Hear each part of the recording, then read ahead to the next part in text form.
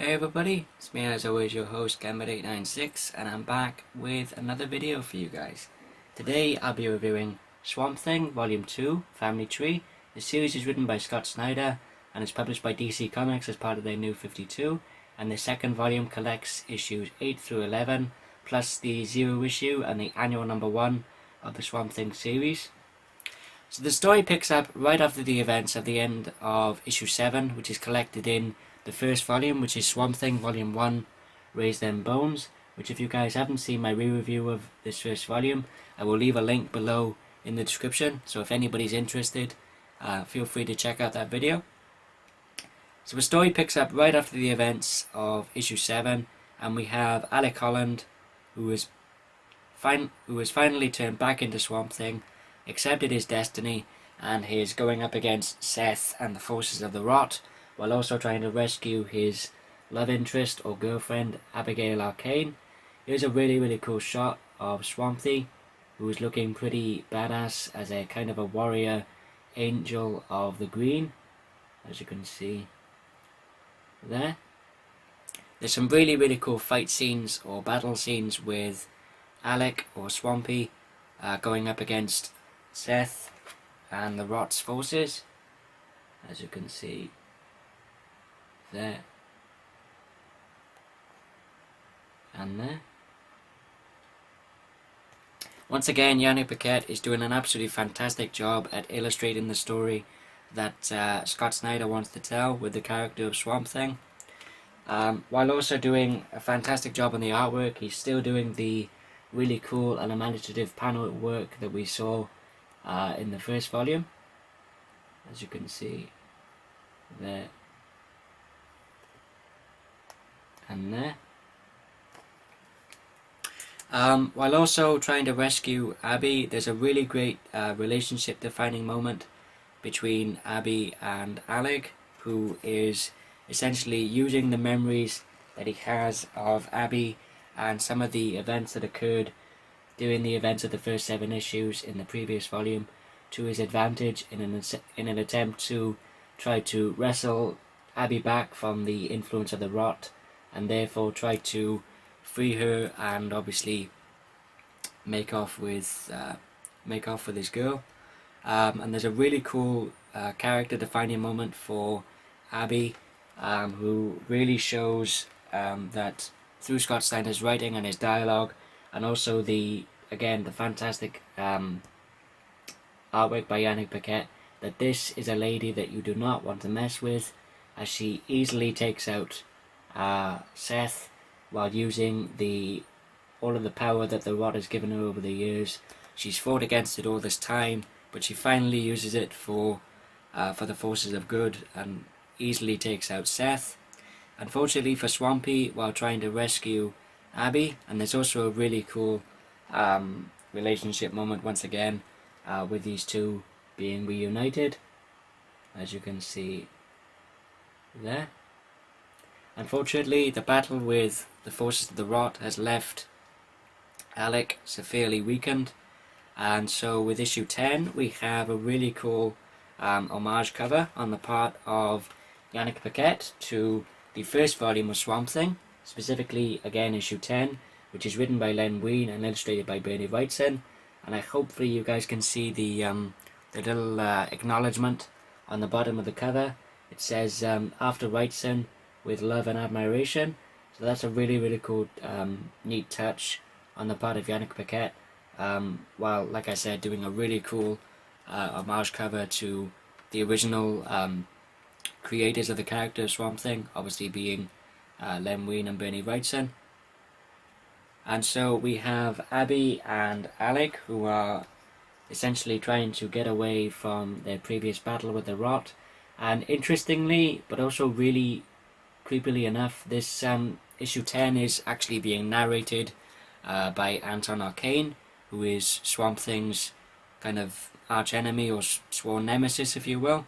There's also some really cool and kind of horrific flashbacks to Abby as a young child or an infant, and the circumstances surrounding her mother, as Abby being just a baby and not knowing that she has a very strong tie to the Rot, or the Black as it's known, unfortunately for her, kills her mother and is therefore then raised by her uncle Anton, who's just an evil, sadistic so-and-so, to say the least. This is my first real exposure to Francesco Francavilla as an artist, and I have to say his artwork in this is absolutely fantastic.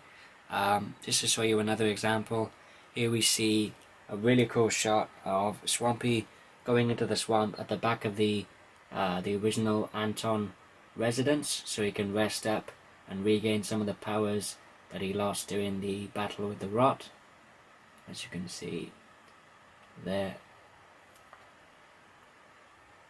and there. And one thing that's also really cool about this issue that Francavilla does is he also does his own inking as well, which is really cool. And here's a really cool last page reveal of Anton Arcane, as you can see there. And in issue 11 there's also some really cool fight scenes between Alec and Swampy, as you can see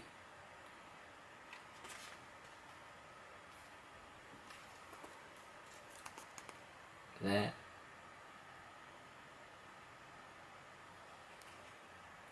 And there. Issue 11 is illustrated by Marco Rudy, who, like I said, is one of the previous artists that we saw during the first 7 issues contained in the first volume, along with Yannick Paquette. And once again is another really cool example of some more of the fight scenes, as you can see there and there. There's a really nice reveal at the end which will tie into the 3rd volumes of both Animal Man and Swamp Thing respectively, which will be called the Red Kingdom and the Green Kingdom, again respectively. Also in the 0 issue of Swamp Thing, we see that Anton Arcane is going about and killing the previous avatars of the previous Swamp Things of eras gone by, which we also saw Arcane doing the same thing to the previous avatars or the previous champions of the Red in the 0 issue of Animal Man. And we also see in this particular incarnation we have some really cool flashbacks of the first time that Alec Holland died, which many people know. There was a accident in his laboratory as Alec was working on the biorestorative formula. Unfortunately, his body was consumed in flame. He dived into the swamp and he emerged as the Swamp Thing. But in this particular incarnation, we see how Anton Arcane may have played a bigger role in that than it was initially thought to be believed. I'm being a bit more vague about this because I want you guys to pick this up and read this for yourselves.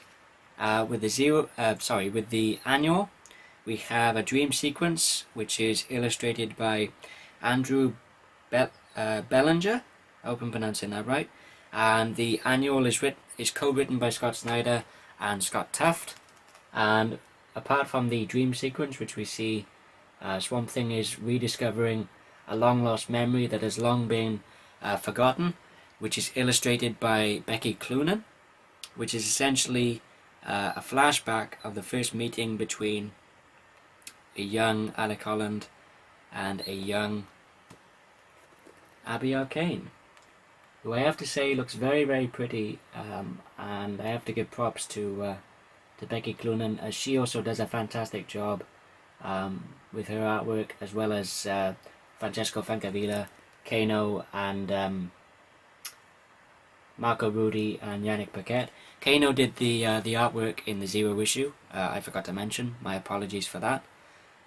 So we see, as I said, a memory of a younger Alec and a younger Abby, and here we see the two of them sharing a bit of a little smooch, as you can see there, which I thought was a really nice acknowledgement of the relationship between these two. There's also some really cool dialogue moments and discussions between the two characters, which I don't want to get into, as I'll probably go into more detail about that later on when I have the third volumes of both Animal Man and Swamp Thing respectively. I may do a retrospective on the on both series as a whole later on in the year, but we'll see. Anyway, so here we see again a older Swamp Thing rescuing a young Alec Holland from the clutches of Anton Arcane, as you can see there and there. At the end, we also have a really cool, surprising guest appearance. For those of you who are familiar with the Alan Moore Saga of the Swamp Thing run with Stephen Bissett and John Tottleben, you'll recognise this character from that particular run of the series. Again, I'm not going to go into it, as I want you guys to pick this up and read this for yourselves. And in the final few pages, we have some really cool story moments and character moments, particularly for Alec, and as he makes his intentions known, which will then carry both the character and the story forward, going into Volume 3 of Swamp Thing, which, as I said, which will be the Green Kingdom, respectively, and Animal Man Volume 3, which will be the Red Kingdom, again, respectively to both titles. The writing in this by Scott Snyder is still absolutely fantastic. He just writes the hell out of this book. All of the character interactions, the dialogue, and the overall story is absolutely fantastic. The artwork by each of the various different artists that I've mentioned is again equally on par with Scott Snyder's writing, in my opinion. If you're a fan of Swamp Thing from the Len Wein and Barry Wrightson days, if you're a fan of Swamp Thing under Alan Moore, if you're a DC fan, if you're a fan of Scott Snyder, or if you're looking to get into Swamp Thing, go back and pick up the first volume, which is Raise Them Bones, which, like I said, I'll leave a link below to this re-review video in the description, and then pick up Volume 2 of Scott Snyder's run, which is absolutely fantastic. If I had to give the second volume of Swamp Thing a rating, I'd give it an absolute 5 out of 5, and I highly recommend it. And that about concludes this review video, guys. Thank you everybody for watching. Hope you all enjoyed this video. If you did, give it a thumbs up. If you didn't like it, give it a thumbs down. But as always, if you didn't like the video, feel free to tell me why in the comments below, or send me a private message. As always, if you're new to my channel and you'd like to see more of my videos, please feel free to subscribe.